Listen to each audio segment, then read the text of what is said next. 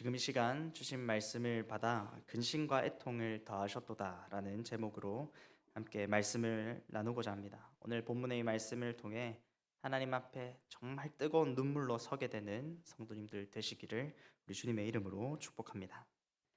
특별히 오늘 본문은 슬프다라는 탄식으로 시작합니다.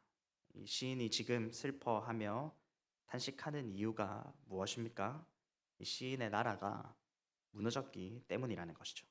자기의 나라가 완전히 망해버렸습니다. 얼마나 큰 슬픔이었겠습니까? 우리 민족의 역사 가운데서도 나라가 무너진 그런 역사가 있지 않습니까? 나라가 무너지고 망해버린 그런 우리가 공감할 수 있는 아픔 가운데 있었다라는 것입니다. 오늘 본문은 그 슬픔 가득한 상황을 시로 자세히 보여주고 있습니다. 이스라엘이 무너지는 그 장면을 아주 생생하게 그려내고 있는 것이죠. 오늘 본문 1절은 하나님께서 진노하셔서 시온을 구름으로 덮으셨다라고 이야기합니다. 하늘에 구름이 가득 덮여 있는 그 모습을 한번 떠올려 보십시오. 구름 낀 하늘의 그 모습처럼 하나님의 진노가 시온에 또 이스라엘에 가득했다는 것입니다. 이스라엘의 아름다움을 하늘에서 땅에 던지십니다. 하늘 높이 있던 이스라엘의 아름다움이 이제 땅으로 떨어져 버린 것이죠. 그냥 아름다움을 잃어버린 수준이 아닙니다. 하나님께서 땅에 아주 던져버리십니다. 이스라엘의 아름다움, 그 영광을 한낱 잡동사니처럼 내동댕이 치셨다라는 것입니다. 무너지는 이스라엘의 상황을 마치 그림처럼 우리에게 한눈에 그려 보여주고 있습니다. 이어지는 2절부터의 말씀들은 하나님께서 이스라엘의 큰 진노를 어떻게 내리셨는지, 또 어떻게 그들을 내던져 버리셨는지 그 1절의 내용들을 더욱 자세히 보여주고 있습니다. 이스라엘이 자랑하던 것들이 무너지게 되었다는 것이죠. 그것이 무엇입니까? 견고하고 굳건한 성읍이었습니다. 그런 산 위의 요새들조차도 하나님의 진노가 임했을 때 무너져 버렸다는 것입니다. 하나님께서 이스라엘의 굳건함, 그들의 강함을 삼키시고 엎어버리십니다. 이스라엘 모든 뿔들, 즉 그들의 강한 군대도 하나님의 진노 앞에서는 아무런 소용이 없었습니다. 다 무너졌습니다. 하나님께서는 맹렬한 불이 모든 것을 불사르듯이 이스라엘을 징계하십니다. 이스라엘을 마치 원수처럼 대하시며 또 그들을 멸해버리십니다. 이스라엘의 지도자들도 예외가 아니었습니다. 적군 앞에서 엎드려 때리셔서 욕되게 하십니다. 수치를 당하도록 그들을 내버려 두셨다는 것입니다. 9절과 10절에서는 그들이 이방인들의 여러 나라들로 흩어져 있으며 율법도 없는 상황에서 여호와의 묵시도 받지 못한다 이야기합니다. 어떻게 살아가야 할지를 배울 수 있는 그 길도 아주 막혀 버린다는 것입니다. 그저 잠잠히 앉아 티끌을 덮어쓰고 배를 허리에 두르며 무기력하게 있는 것이 그들이 할 수 있는 전부였습니다. 하나님의 진노가 임할 때 성전도 무너지고 제단도 무너집니다. 하나님께서 진노의 날에 그의 발판을 기억하지 않으신다 이야기합니다. 하나님의 발이 머무는 것, 성전과 법궤조차도 생각지 않으신다는 것입니다. 성전도 무너지고 또 제사와 절개와 하나님 앞에서 하던 그 모든 일들을 잊어버리도록 하십니다. 오늘 본문을 통해 시인이 슬프다 말하는 이유가 여기에 있는 것입니다.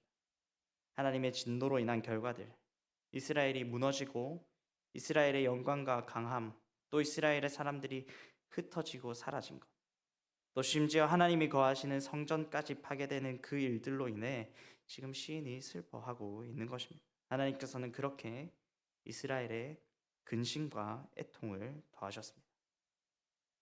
특별히 우리는 근심과 애통이 더해진 이스라엘의 모습들 가운데 몇 가지 사실을 기억해야 합니다. 먼저는 우리가 하나님을 떠나지 않아야 한다는 사실입니다. 이스라엘의 멸망은 갑작스러운 일이 아니었습니다. 하나님께서는 하나님을 떠난 이스라엘에 계속해서 경고를 건네셨지 않습니까? 그리고 그들이 다시 하나님께로 그 방향을 돌이키도록 그동안 계속해서 말씀해 오셨습니다. 그러나 완악한 이스라엘이 그 긴 시간 하나님의 간절한 음성을 듣지 않았기에 하나님의 진노를 받게 된 것이죠. 하나님께서는 이스라엘의 죄악을 오랫동안 참아주셨습니다. 계속해서 사랑으로 그들이 돌이키기를 기다려주셨습니다. 그러나 진노의 날이 임했을 때 그 상황은 전혀 달라진다는 것입니다. 진노의 날이 되면 오랫동안 참아주셨던 그 하나님께서도 상상할 수 없는 두려운 일을 그 백성들 가운데 행하십니다. 그 무엇도 막을 수 없는 진노를 당신의 사랑하는 백성들 가운데 내리십니다. 다 무너지고 다 엎드러지고 다 멸망해 버립니다.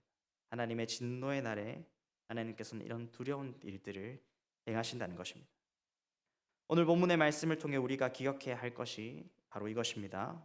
우리는 하나님과 늘 함께 해야 한다는 것입니다.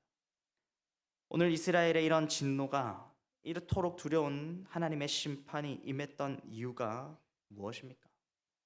그들이 하나님을 떠났기 때문이지 않습니까? 그것도 그들은 아주 오랫동안 하나님을 떠나 있었습니다.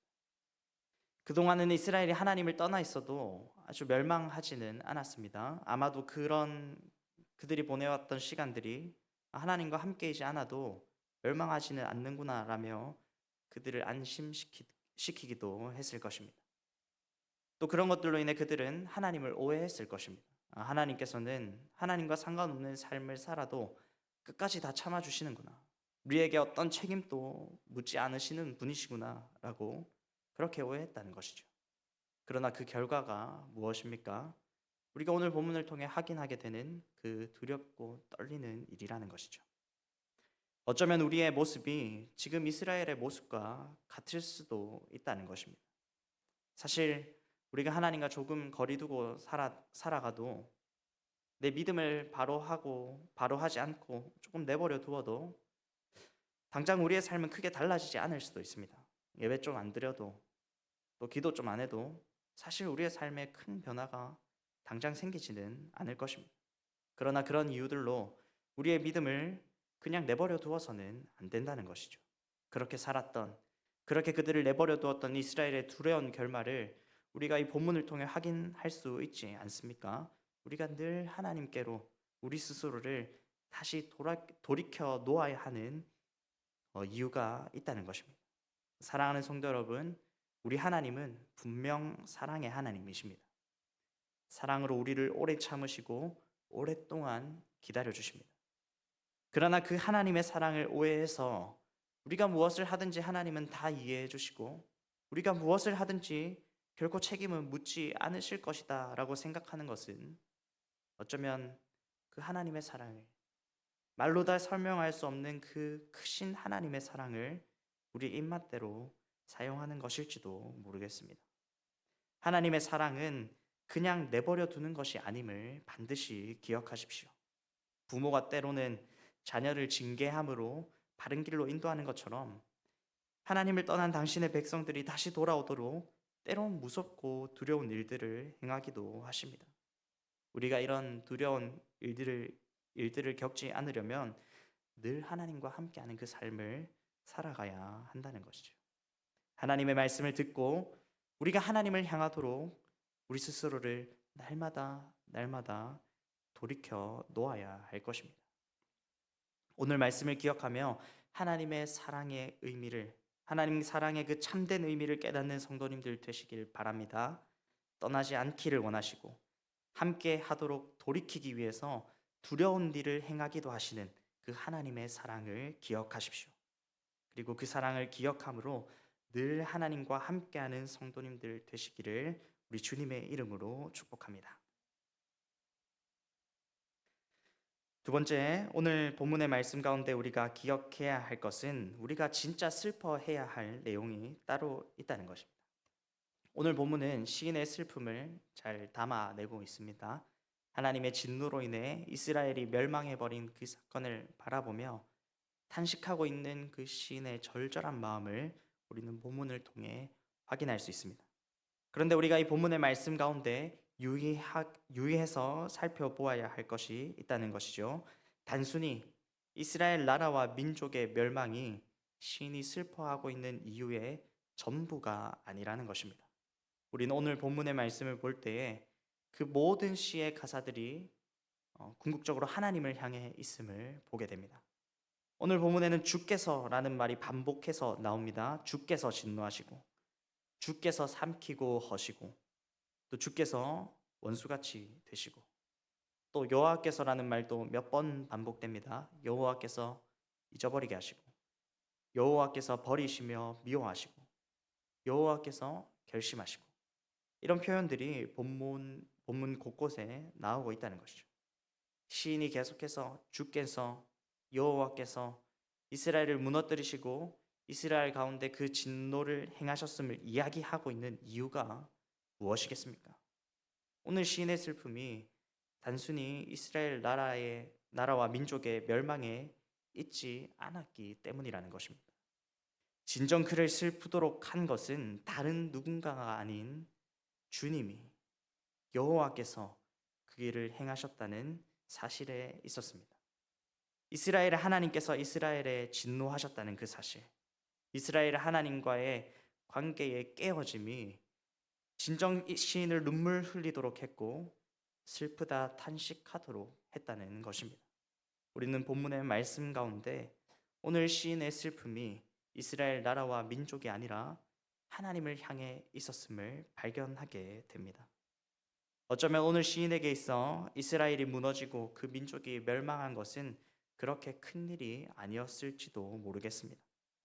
사실 그에게 진짜 큰 일은 이스라엘의 하나님, 그분과의 관계가 깨어진 것이었습니다. 하나님과의 관계가 굳건했다면 아마도 그는 이스라엘의 멸망 앞에서도 오늘 본문에서와 같이 근심하고 애통하지 않았을 것입니다. 하나님과의 관계가 바로 서 있었다면 아마도 그는 오늘 본문에서와 같이 슬퍼하며 탄식하지는 않았을 것입니다. 사랑하는 성도 여러분, 우리가 진짜 슬퍼해야 할 일이 무엇입니까? 지금 우리는 무엇으로 인해 눈물 흘리고 있습니까? 하나님 앞에서 슬퍼하며 하나님으로 인해 눈물 흘리는 성도님들 되시기를 바랍니다. 우리의 삶에는 슬픔들이 만연하게 자리하고 있습니다. 우리를 크고 작은 슬픔 가운데 있도록 만드는 일들이 실제로 많지 않습니까? 그러나 그 중에서도 우리가 진짜 슬퍼해야 할 일, 가장 슬퍼해야 할 일은 따로 있다는 것이죠. 겨우 내 손 안에 무언가가 사라지는 것, 그것이 아닙니다. 내가 지쳐 쓰러지고 엎드러지는 것, 조금 슬프기는 할 것 같은데요. 그 역시도 우리가 마음 다해 가장 슬퍼해야 할 문제는 아니라는 것입니다. 어쩌면 세상이 무너져 내리는 그것도 우리가 진정으로 슬퍼할 일이 아닐 것입니다. 우리는 무엇보다도 하나님과의 관계에 문제가 생겼을 때 눈물 흘리며 슬퍼해야 합니다. 하나님과의 관계가 끊어진다면 우리의 손안에 얼마나 많은 것이 있어도 무슨 유익이 있겠습니까? 하나님과의 관계가 흔들린다면 내가 세상에서 굳건히 서 있는 것이 무슨 소용이 있겠습니까? 하나님과의 관계가 흔들려 버린다면 세상의 그 어떤 것도 우리를 굳건하게 하지 못할 것입니다.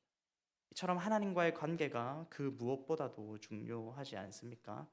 내가 하나님과 멀어졌음이 우리가 진정으로 슬퍼해야 할 일이고 하나님과의 관계에서 생긴 어떤 문제로 인해 우리가 눈물 흘려야 한다는 것입니다. 사랑하는 성도 여러분, 우리의 귀한 눈물을 낭비해서 되겠습니까? 덜 가치 있는 것으로 슬퍼하며 우리의 귀한 눈물을 흘려서야 되겠습니까? 진짜 울어야 할 일에 울고 슬퍼해야 할 일에 슬퍼해야 한다는 것이죠. 하나님으로 인해 슬퍼하며 눈물 흘리는 성도님들 되시기를 바랍니다. 다른 것이 아니라 하나님과 더 친밀한 교제를 나누지 못함을 마음 깊이 탄식하고 무엇보다도 중요한 하나님과의 관계를 더욱 굳건히 하지 못했음을 슬퍼하며 눈물 흘릴 수 있는 성도님들 되시기를 축복합니다. 우리가 하나님으로 인해 슬퍼하며 눈물 흘릴 때 하나님께서는 우리의 모든 눈물을 결코 외면하지 않으실 것입니다. 우리의 흐르는 눈물을 닦아주시며 우리가 멀어지게 만든 그 하나님과의 관계를 하나님께서 다시 회복시켜 가실 것입니다. 오늘 그 믿음으로 하나님 앞에 눈물로 기도하는, 슬퍼하며 탄식함으로 기도하는 성도님들 되시기를 주님의 이름으로 축복합니다. 근심과 애통 가운데 있는 이스라엘의 모습을 통하여 우리가 기억해야 할 그 마지막 내용은 앞서 이야기한 것처럼 하나님께서는 그 슬픔 가운데 당신의 백성들을 아주 내버려 두지 않으신다는 것입니다. 시인은 계속해서 주님이 이렇게 이렇게 하셔서 슬프고 여호와께서 이렇게 이렇게 하셔서 근심 가운데 있습니다라고 이야기합니다. 자기의 슬픔을 가지고 주님께로 또 여호와 하나님께로 나아가고 있는 것이죠. 근심과 애통을 더한 장본인이 그 주님이시지 않습니까?